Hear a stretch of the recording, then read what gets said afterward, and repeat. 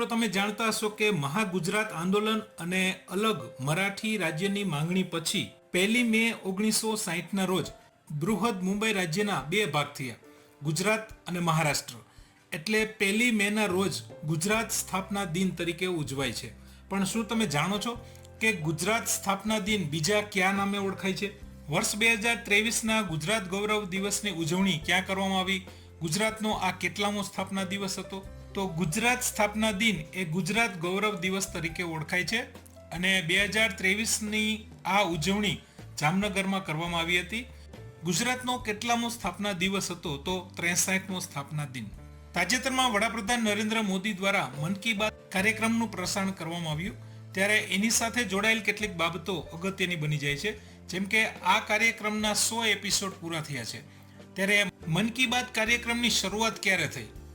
તો એ છે 1/10/2014 વિજયાદશમીના દિવસથી. અત્યારે એની સાથે જોડાયેલી એક ઐતિહાસિક બાબત જે ખાસ અગત્યની છે, મોસ્ટ ઇમ્પોર્ટન્ટ પોઈન્ટ પણ બની શકે છે, કે આ એપિસોડના પ્રસારણ વખતે રાજ્યભરના 732 પોલીસ સ્ટેશનમાં સ્ક્રીન અને સ્પીકર રાખી પોલીસ કર્મચારીઓ આ કાર્યક્રમ સાંભળી શકે એવી વ્યવસ્થા કરવામાં આવી હતી. ગુજરાત સરકાર દ્વારા પ્રજાના પ્રશ્નો અને નિરાકરણ માટે આ કાર્યક્રમ યોજાય છે. આના વિશે તમે કેટલું જાણો છો? અથવા પ્રશ્ન આવી રીતે પૂછવામાં આવે કે સ્વાગત કાર્યક્રમની બાબતમાં કયું વિધાન સાચું નથી? ઓપ્શન જોઈએ. કાર્યક્રમ દર મહિનાના બીજા ગુરુવારે યોજાય છે. શરૂઆત વર્ષ 2003માં થઈ હતી. મુખ્યમંત્રી વિજયભાઈ રૂપાણીના કાર્યકાળમાં સીએમ ડેશબોર્ડની શરૂઆત થઈ. અને ચોથું વિધાન, તાજેતરમાં જ આ કાર્યક્રમના 20 વર્ષ પૂરા થયા છે. આના જવાબ માટે વિગત જાણીએ. જવાબ તમને મળી જશે. તાજેતરમાં 24 એપ્રિલ 2023ના રોજ ગુજરાત સરકારના સ્વાગત કાર્યક્રમના 20 વર્ષ પૂરા થયા છે. ત્યારે આની સાથે જોડાયેલ કેટલાક પ્રશ્નો જોઈએ તો સ્વાગત કાર્યક્રમની શરૂઆત ક્યારે થઈ હતી? આ કાર્યક્રમ ક્યારે યોજાય છે? સ્વાગતનું પૂરું નામ શું છે?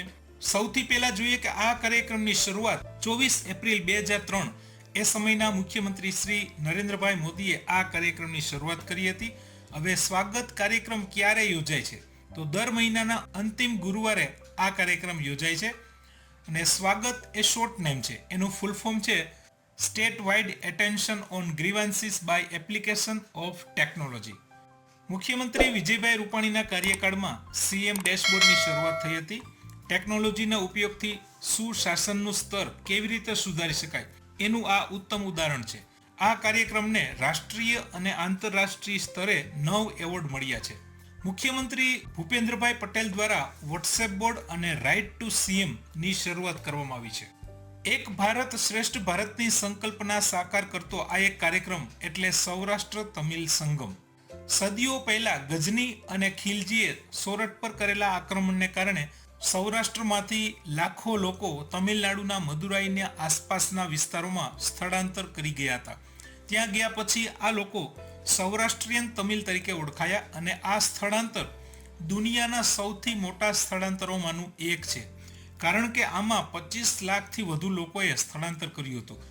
વર્ષો પહેલા ત્યાં સ્થાયી થયેલા સૌરાષ્ટ્રના તમિલ સમુદાયને સન્માનિત કરવા અને બંને રાજ્યોની સંસ્કૃતિનું આદાન પ્રદાન કરવા માટે આ કાર્યક્રમનું આયોજન કરવામાં આવ્યું હતું. ત્યારે કેટલીક બાબત યાદ રાખવી ખાસ જરૂરી છે. જેમ કે આ સૌરાષ્ટ્ર તમિલ સંગમ ક્યારે અને ક્યાં યોજાયો હતો? તો એ છે 17 એપ્રિલથી 30 એપ્રિલ સુધી અને સોમનાથ ખાતે આ કાર્યક્રમ યોજાયો હતો. તાજેતરમાં શ્રી સલીમ દુરાનીનું અવસાન થયું છે. તો તે કઈ રમત સાથે સંકળાયેલા હતા? તો તમે ચિત્રમાં સ્પષ્ટ જોઈ શકો છો કે એ ક્રિકેટ સાથે સંકળાયેલા હતા. એમની સાથે જોડાયેલી વિશેષ બાબત એ છે કે અર્જુન એવોર્ડ જીતનાર એ પ્રથમ ભારતીય ક્રિકેટર હતા. WHO દ્વારા તાજેતરમાં કયા 2 દેશોને મેલેરિયા મુક્ત જાહેર કરવામાં આવ્યા છે? તો એ છે અઝરબૈજાન અને તાજિકિસ્તાન. મિત્રો, આપણે જાણીએ છીએ કે મેલેરિયા એ મચ્છરથી ફેલાતો ચેપી રોગ છે. એમાં પણ માદા એનોફિલિસ મચ્છરના ડંખથી આ રોગ ફેલાય છે. તાજેતરમાં કયો દેશ નાટોનું સભ્ય બન્યું છે? તો એ છે ફિનલેન્ડ. આ પહેલા આમાં 30 દેશ હતા. ફિનલેન્ડ જોડાવાથી હવે 31 થયા છે. મિત્રો, નાટો એક શોર્ટ નામ છે. એનું પૂરું નામ છે નોર્થ એટલાન્ટિક ટ્રીટી ઓર્ગેનાઇઝેશન, જેને ઓટન તરીકે પણ ઓળખવામાં આવે છે.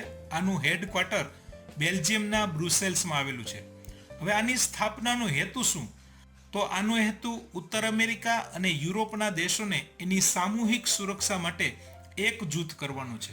તાજેતરમાં ઇન્ડિયા જસ્ટિસ રિપોર્ટ 2022 પ્રસિદ્ધ કરવામાં આવ્યું છે. સૌથી પહેલા જાણવું જરૂરી છે કે ઇન્ડિયા જસ્ટિસ રિપોર્ટ એ શું છે. આ રિપોર્ટ મુજબ કયું રાજ્ય પ્રથમ ક્રમે છે, બીજા ક્રમે કયું રાજ્ય છે, અને આમાં ગુજરાતનો ક્રમ કેટલામો છે. અથવા એમ પણ પૂછાઈ શકે કે એમાં મળેલ રેન્ક મુજબ રાજ્યોને ગોઠવો. તો બધા સવાલોના જવાબ જાણીએ. સૌથી પહેલા ઇન્ડિયા જસ્ટિસ રિપોર્ટ એ શું છે?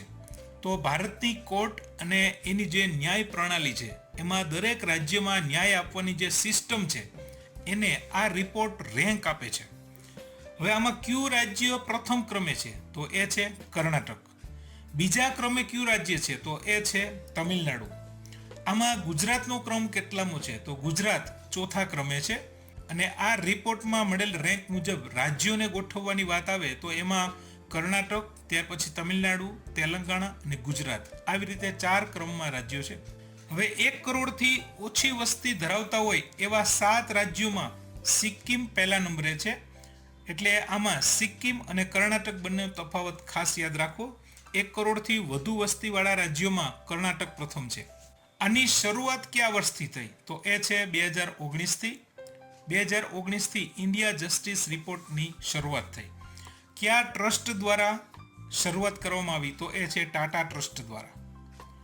વિશ્વ સ્વાસ્થ્ય દિવસ ક્યારે ઉજવાય છે? તો જવાબ છે 7 એપ્રિલ. હવે બીજો પ્રશ્ન એ પણ છે કે આ દિવસ ઉજવવાનો હેતુ શું? તો સમગ્ર વિશ્વમાં આરોગ્ય વિશે જાગૃતિ લાવવા માટે આ દિવસની ઉજવણી કરવામાં આવે છે. અને એ પણ WHO દ્વારા આની ઉજવણી કરવામાં આવે છે. આ દિવસની ઉજવણી 7 એપ્રિલે જ કેમ? એ પણ પ્રશ્ન છે. તો એની સાથે જે સંસ્થા જોડાયેલ છે એ છે WHO. અને તમે જાણતા હશો કે આનું પૂરું નામ છે વર્લ્ડ હેલ્થ ઓર્ગેનાઇઝેશન. WHOની સ્થાપના 7 એપ્રિલ 1948ના રોજ થઈ હતી. એટલા માટે આ દિવસની યાદમાં દર વર્ષે 7 એપ્રિલે વિશ્વ આરોગ્ય દિવસની ઉજવણી કરવામાં આવે છે. અને 2023ની આ ઉજવણીમાં એની જે થીમ હતી એ છે હેલ્થ ફોર ઓલ. WHOનું જે વડું મથક છે એ છે સ્વિટ્ઝરલેન્ડના જીનીવામાં. મિત્રો, તાજેતરમાં ગુજરાતના કયા પ્રસિદ્ધ મંદિરમાં હનુમાનજીની વિશાળકાય પ્રતિમા મૂકવામાં આવી છે? તો એ છે બોટાદ જિલ્લાના સાળંગપુરમાં કષ્ટભંજન મંદિર ખાતે. એની ઊંચાઈ છે 54 ફૂટ અને આ પ્રતિમાને કિંગ ઓફ સાળંગપુર એવું નામ આપવામાં આવ્યું છે. આ પ્રતિમા એટલી ઊંચી છે કે એના દર્શન લગભગ 7 કિલોમીટર દૂરથી પણ તમે કરી શકો છો. આ પ્રતિમાની કેટલીક વિશેષતાઓ છે, જેમ કે હનુમાનજીની ગદા 27 ફૂટ લાંબી છે અને આ પ્રતિમા પંચ ધાતુની બનેલી છે અને આનું વજન છે 30,000 કિલો. આશરે 5,000 વર્ષ સુધી આમાં કાંઈ પણ ન થાય. ધરતીકંપ આવે તો પણ આમાં કંઈ ન થાય એવી રીતે આ પ્રતિમા તૈયાર કરવામાં આવી છે. અને આ પ્રતિમા ક્યાં તૈયાર થઈ છે? તો એ છે હરિયાણાના માનેસરમાં. આ પ્રતિમા ત્યાં બનાવવામાં આવી છે. તાજેતરમાં ગુજરાતનું સૌથી મોટું હાઈટેક ભોજનાલય ક્યાં બનાવવામાં આવ્યું છે? તો એ પણ છે સાળંગપુર શ્રી કષ્ટભંજન દેવ ખાતે. સાળંગપુર ખાતે આવેલ શ્રી કષ્ટભંજન દેવ ભોજનાલય જે 55 કરોડના ખર્ચે તૈયાર થયું છે. આની બીજી વિશેષતા એ છે કે 4,000થી વધુ દર્શનાર્થીઓ ડાઇનિંગ ટેબલ પર બેસી અને પ્રસાદ લઈ શકે છે. આના વિસ્તારની વાત કરીએ તો 7 વીઘા જમીનમાં ભોજનાલય પથરાયેલું છે. આમાં 17 લાખથી વધુ ઈંટ એવી છે કે જેના પર શ્રી રામ લખેલું છે. મિત્રો, તાજેતરમાં બનારસી પાનને GI ટેગ આપવામાં આવ્યું છે. ત્યારે GI ટેગ એ શું છે? તો કોઈ વિશિષ્ટ ઓળખ ધરાવતી હોય એવી કોઈ પ્રોડક્ટ છે તો એને આ GI ટેગ આપવામાં આવે છે. તો આ GI ટેગનું ફૂલ ફોર્મ છે જીઓગ્રાફિકલ ઇન્ડિકેશન અને એનું ગુજરાતી અર્થ થાય છે ભૌગોલિક સંકેત. તો ભારતમાં સૌથી પહેલા GI ટેગ કોને મળ્યું હતું? તો એ છે પશ્ચિમ બંગાળની દાર્જિલિંગ ચા, જે બહુ ફેમસ છે. એને આ GI ટેગ સૌથી પહેલા આપવામાં આવ્યું હતું. બીજું કે તાજેતરમાં જ મધ્યપ્રદેશના આદિજાતિ દ્વારા પરંપરાગત રીતે જે પેઇન્ટિંગ બનાવવામાં આવે છે, જે ગોડ પેઇન્ટિંગ તરીકે ઓળખાય છે, એમને પણ આ GI ટેગ આપવામાં આવ્યું છે. ગુજરાતમાં સૌથી પહેલા GI ટેગ કોને મળ્યું હતું? તો એ છે સંખેડા ફર્નિચરને. બિહારના પ્રસિદ્ધ મરચા ચાવલને પણ GI ટેગ મળેલ છે. આ ચોખાનો આકાર કાળા મરી જેવો હોવાથી એને મિરચા અથવા તો મરચા ચોખા તરીકે ઓળખવામાં આવે છે. આ ચોખા ખૂબ જ સ્વાદિષ્ટ હોય છે. કોઈ પણ પ્રોડક્ટને આ જે ટેગ મળે છે એની માન્યતા 10 વર્ષ સુધીની હોય છે. રાષ્ટ્રીય સુરક્ષિત માતૃ દિવસ ક્યારે ઉજવાય છે? આ દિવસની ઉજવણી શા માટે કરવામાં આવે છે? આ ઉજવણીની શરૂઆત ક્યારે થઈ? તો આટલી વિગત મહત્વની બની જાય છે. સૌથી પહેલા જાણીએ કે ક્યારે ઉજવાય છે, તો એ છે 11 એપ્રિલ. હવે આ દિવસની ઉજવણી શા માટે કરવામાં આવે છે? તો દેશમાં પ્રસૂતિ દરમિયાન માતૃ મૃત્યુ દરમાં ઘટાડો કરવા અને એ માટે જાગૃતિ ફેલાવવા ભારતમાં દર વર્ષે 11 એપ્રિલે આ દિવસની ઉજવણી થાય છે. આની સાથે જોડાયેલ બીજી બાબત એ છે કે ગાંધીજીના ધર્મપત્ની કસ્તુરબાની યાદમાં એમનો જન્મદિવસ 11 એપ્રિલ રાષ્ટ્રીય સુરક્ષિત માતૃ દિવસ તરીકે ઉજવાય છે. હવે આની ઉજવણીની શરૂઆત ક્યારે થઈ? તો વર્ષ 2003થી આ દિવસ ઉજવવાની શરૂઆત થઈ છે. વાઘ વસ્તી ગણતરી 2022 અનુસાર ભારતમાં હાલમાં વાઘની સંખ્યા કેટલી છે? તો એ છે 3167. વાઘની વસ્તી ગણતરી કેટલા વર્ષે થાય છે? તો એ છે દર 4 વર્ષે. આંતરરાષ્ટ્રીય વાઘ દિવસની ઉજવણી ક્યારે કરવામાં આવે છે? તો સમગ્ર વિશ્વમાં વાઘ સંરક્ષણ વિશે જાગૃતિ માટે દર વર્ષે 29 જુલાઈના રોજ આંતરરાષ્ટ્રીય વાઘ દિવસની ઉજવણી કરવામાં આવે છે. ભારતમાં વાઘ સંરક્ષણની વાત કરીએ તો આ માટે પ્રોજેક્ટ ટાઈગર યોજના અમલમાં છે અને આની શરૂઆત ક્યારે થઈ? તો એ છે 1973માં. વાઘનું વૈજ્ઞાનિક નામ છે પેન્થેરા ટાઇગ્રિસ. હવે આપણે બધા જાણીએ છીએ કે વાઘ એ ભારતનું રાષ્ટ્રીય પ્રાણી છે અને બીજી એક બાબત એ પણ છે કે વાઘની 8 પ્રજાતિઓ છે, પણ એમાંથી 3 પ્રજાતિ લુપ્ત થઈ ગઈ છે. વાત આવે ડોક્ટર બાબા સાહેબ આંબેડકરની જન્મ જયંતિની. તાજેતરમાં ડોક્ટર બાબા સાહેબ આંબેડકરની કેટલામી જન્મ જયંતિની ઉજવણી કરવામાં આવી છે? તો એ છે 132મી જન્મ જયંતિ. ડોક્ટર બાબા સાહેબ આંબેડકરની જન્મ જયંતિને કયા દિવસ તરીકે ઉજવવામાં આવે છે? તો એ છે સમરસતા દિવસ. અને ક્યારથી ઉજવવામાં આવે છે? તો એ છે વર્ષ 2015થી. અહીંયા બીજું એક પોઈન્ટ એ પણ અગત્યનો છે કે 2016માં સંયુક્ત રાષ્ટ્રસંઘ દ્વારા ડોક્ટર બાબા સાહેબ આંબેડકરને વિશ્વના પ્રણેતા કહી અને એમની જન્મ જયંતિની ઉજવણી કરવામાં આવી હતી. આજ સુધીમાં સંયુક્ત રાષ્ટ્ર દ્વારા 2 જ મહાપુરુષોની જન્મ જયંતિની ઉજવણી કરવામાં આવી છે. એમાં એક છે માર્ટિન લ્યુથર કિંગ અને બીજા છે નેલ્સન મંડેલા. અને ત્યાર પછી ડોક્ટર બાબા સાહેબ આંબેડકર એ ત્રીજા વ્યક્તિ બન્યા છે. એટલે આપણા માટે આ ગૌરવની વાત છે. એમના જીવન સાથે જોડાયેલી કેટલીક બેઝિક માહિતી જોઈએ તો બાબા સાહેબ આંબેડકરનો જન્મ 14 એપ્રિલ 1891માં મધ્યપ્રદેશમાં થયો હતો અને એમને 1990માં ભારત રત્ન પુરસ્કાર મળ્યો હતો. 6 ડિસેમ્બર 1956માં એમનું અવસાન થયું હતું. વડાપ્રધાન શ્રી નરેન્દ્રભાઈ મોદીએ બાબા સાહેબ આંબેડકર સાથે જોડાયેલા 5 સ્થળોને પંચતીર્થ તરીકે જાહેર કરી અને એનો વિકાસ કરવાનો સંકલ્પ વ્યક્ત કરેલ છે. તાજેતરમાં આસામના નૃત્યએ ગિનિસ બુક ઓફ વર્લ્ડમાં રેકોર્ડ નોંધાવ્યો છે. આસામનું બિહુ નૃત્ય જે આસામનું પ્રખ્યાત નૃત્ય છે, જેમાં 11,304 નર્તકોએ એક સાથે નૃત્ય કર્યું હતું અને એ સ્થળ હતું આસામના ગુવાહાટીમાં આવેલ Surajai stadium. State climate and energy index. તાજેતરમાં નીતિ આયોગ દ્વારા state climate and energy index જાહેર કરવામાં આવેલ છે, જેમાં ગુજરાતનો ક્રમ કેટલામો છે? તો ગુજરાત આમાં પ્રથમ સ્થાને છે અને આના માટે જવાબદાર છે સૌર ઉર્જાનો ઉપયોગ એટલે કે સોલાર સિસ્ટમ. ગુજરાતની વાત આવે ત્યારે અહીંયા એક બાબત એ પણ ઉલ્લેખનીય છે કે ગુજરાતમાં 4 લાખ કરતાં વધુ રહેણાંક મકાનો ઉપર સોલાર સિસ્ટમ લગાડવા ગુજરાત સરકાર દ્વારા સબસિડી ચૂકવાયેલ છે અને આગામી વર્ષમાં હજુ પણ 1 લાખથી વધારે લાભાર્થીઓને સબસિડી ચૂકવવાનું સરકારનું આયોજન છે. સાયબર સુરક્ષા ભારત એ કયા મંત્રાલયની પહેલ છે? તો ઇલેક્ટ્રોનિક્સ અને આઈટી મંત્રાલય. વર્લ્ડ હેરિટેજ ડે, જેને ગુજરાતીમાં વિશ્વ વિરાસત દિવસ કહેવાય છે, આની ઉજવણી ક્યારે કરવામાં આવે છે? તો એ છે 18 એપ્રિલ. આ દિવસની ઉજવણીનો મુખ્ય હેતુ શું છે?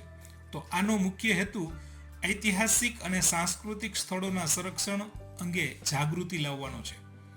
હવે 2023માં આ દિવસની ઉજવણી થઈ તો એની થીમ શું હતી? તો એની થીમ હતી હેરિટેજ ચેન્જીસ. તો આ હતી આના વિશેની કેટલીક અગત્યની માહિતી. નેક્સ્ટ ટોપિક છે મિસ ઇન્ડિયા 2023. તો મિસ ઇન્ડિયા 2023 નો ખિતાબ કોને મળ્યો? તો એ છે રાજસ્થાનના સુશ્રી નંદિની ગુપ્તા. આ મિસ ઇન્ડિયા સ્પર્ધાની 59મી આવૃત્તિ હતી. આ ઇવેન્ટનું આયોજન ક્યાં થયું? તો એ છે મણિપુરના ઇમ્ફાલમાં. મિસ ઇન્ડિયા સ્પર્ધાને ફેમિના મિસ ઇન્ડિયા તરીકે પણ ઓળખવામાં આવે છે, કારણ કે મહિલાઓ માટેનું જે મેગેઝિન છે ફેમિના, એના દ્વારા જ આ સ્પર્ધાનું આયોજન કરવામાં આવે છે. આ સ્પર્ધા સાથે જોડાયેલી બીજી એક વિશેષતા એ પણ છે કે જે મિસ ઇન્ડિયાનો તાજ જીતે છે એ ભારત તરફથી મિસ વર્લ્ડ સ્પર્ધામાં પ્રતિનિધિત્વ કરે છે, એમાં ભાગ લે છે. એટલે આગામી 2024માં યોજાનાર મિસ વર્લ્ડ સ્પર્ધામાં સુશ્રી નંદિની ગુપ્તા ભારત તરફથી પ્રતિનિધિત્વ કરશે. ગુજરાતનો કયો જિલ્લો ભારતમાંથી સૌથી વધુ નિકાસ કરનાર જિલ્લો બન્યો છે? તો એ છે જામનગર. ભારતમાં નેશનલ સિવિલ સર્વિસ ડે ક્યારે ઉજવાય છે? તો એ છે 21 એપ્રિલ. ભારતમાં નાગરિક સેવા સાથે સંકળાયેલા અધિકારીઓની કામગીરી અને એના પ્રયત્નને પ્રોત્સાહન આપવા માટે આ દિવસની ઉજવણી કરવામાં આવે છે. વિશ્વ પૃથ્વી દિવસ ક્યારે ઉજવાય છે? તો એ છે 22 એપ્રિલ, જેને ઇંગ્લિશમાં વર્લ્ડ અર્થ ડે તરીકે પણ ઓળખાય છે. પર્યાવરણ સંરક્ષણના સમર્થન માટે વિશ્વમાં દર વર્ષે 22 એપ્રિલે વિશ્વ પૃથ્વી દિવસ ઉજવવામાં આવે છે. આ ઉજવણીની શરૂઆત ક્યારથી થઈ? તો એ છે 1970થી. 2023માં આ દિવસની ઉજવણી થઈ. એની થીમ હતી ઇન્વેસ્ટ ઇન અવર પ્લેનેટ. આંતરરાષ્ટ્રીય પુસ્તક દિવસ ક્યારે ઉજવાય છે? કોના દ્વારા ઉજવાય છે? શરૂઆત કયા વર્ષથી થઈ? શા માટે ઉજવાય છે? બધા પ્રશ્નોના જવાબ જાણીએ. સૌથી પહેલા જાણીએ કે ક્યારે ઉજવાય છે. તો 23 એપ્રિલના રોજ આંતરરાષ્ટ્રીય પુસ્તક દિવસ તરીકે ઉજવવામાં આવે છે. કોના દ્વારા ઉજવાય છે? તો એ છે યુનેસ્કો દ્વારા. અને આની શરૂઆત ક્યારથી થઈ? તો વર્ષ 1995થી આ ઉજવણીની શરૂઆત થઈ. હવે શા માટે ઉજવાય છે? તો પુસ્તકોના વાંચન, પબ્લિકેશન અને કોપીરાઇટ્સને પ્રોત્સાહન આપવા માટે યુનેસ્કો દ્વારા આ દિવસની ઉજવણી કરવામાં આવે છે. અને 2023માં આ દિવસની ઉજવણી થઈ. એની થીમ હતી ઇન્ડિજિનસ લેંગ્વેજ, એટલે કે સ્વદેશી ભાષાઓ. વિશ્વ પુસ્તક દિવસ નિમિત્તે ગુજરાતના મુખ્યમંત્રી શ્રી ભૂપેન્દ્રભાઈ પટેલે એક પુસ્તકનું વિમોચન કર્યું હતું. એનું નામ છે સમાજના છાંયડા, અને આના લેખક છે વરિષ્ઠ પત્રકાર શ્રી રમેશ તન્ના. કે આ પુસ્તક શેના વિશે છે, આ પુસ્તકમાં શું છે, એનું વિષય વસ્તુ શું છે. સમાજમાં હકારાત્મકતા ફેલાવતા બસ કંડક્ટર, પ્રકૃતિ પ્રેમીઓ અને સામાજિક કાર્યકરોની સેવાકીય પ્રવૃત્તિઓનું આમાં વર્ણન છે. 23 એપ્રિલ એટલે કે આ દિવસ સાથે જોડાયેલી બીજી પણ એક બાબત છે કે આ દિવસને અંગ્રેજી ભાષા દિવસ તરીકે પણ ઉજવાય છે. અંગ્રેજી ભાષા સાથે જેમનું નામ જોડાયેલ છે એ છે વિલિયમ શેક્સપિયર. હવે 23 એપ્રિલ વિલિયમ શેક્સપિયરની જન્મતિથિ પણ છે અને મૃત્યુતિથિ પણ છે. એટલા માટે આ દિવસને અંગ્રેજી ભાષા દિવસ તરીકે પણ ઉજવવામાં આવે છે. તાજેતરમાં કયા સ્થળે ભારતની પ્રથમ વોટર મેટ્રોનું ઉદ્ઘાટન કરવામાં આવ્યું? તો એ છે કેરળમાં કોચી વોટર મેટ્રો પ્રોજેક્ટ. આ પ્રકારની મેટ્રો એ દેશમાં પ્રથમ વોટર મેટ્રો સિસ્ટમ છે. આ પ્રોજેક્ટનો હેતુ કેરળના 10 ટાપુ સમુદાયને મુખ્ય ભૂમિ સાથે જોડવાનો છે. આના લીધે મુસાફરીનો સમય અને ખર્ચ બંને ઘટશે. ભારતના કયા ઉદ્યોગપતિને ઓસ્ટ્રેલિયાનું સર્વોચ્ચ નાગરિક સન્માન મળ્યું છે? તો એ છે ટાટા સન્સના ચેરમેન શ્રી રતન ટાટાને. અને આ સર્વોચ્ચ સન્માનનું નામ છે ઓર્ડર ઓફ ઓસ્ટ્રેલિયા. તાજેતરમાં પ્રસિદ્ધ થયેલા SIPRI રિપોર્ટ અનુસાર સૌથી વધુ સૈન્ય ખર્ચ કરતો દેશ કયો છે? તો એ છે અમેરિકા. આ રિપોર્ટ અનુસાર વિશ્વમાં સૌથી વધુ લશ્કરી ખર્ચ કરતા જે પ્રથમ 5 દેશ છે એ કંઈક આ પ્રમાણે છે: અમેરિકા, ચીન, રશિયા, ભારત અને સાઉદી અરેબિયા. તાજેતરના એક અભ્યાસ મુજબ 100% સાક્ષરતા સાથે કયું રાજ્ય ભારતનું સૌથી ખુશખુશાલ રાજ્ય છે? તો એ છે મિઝોરમ.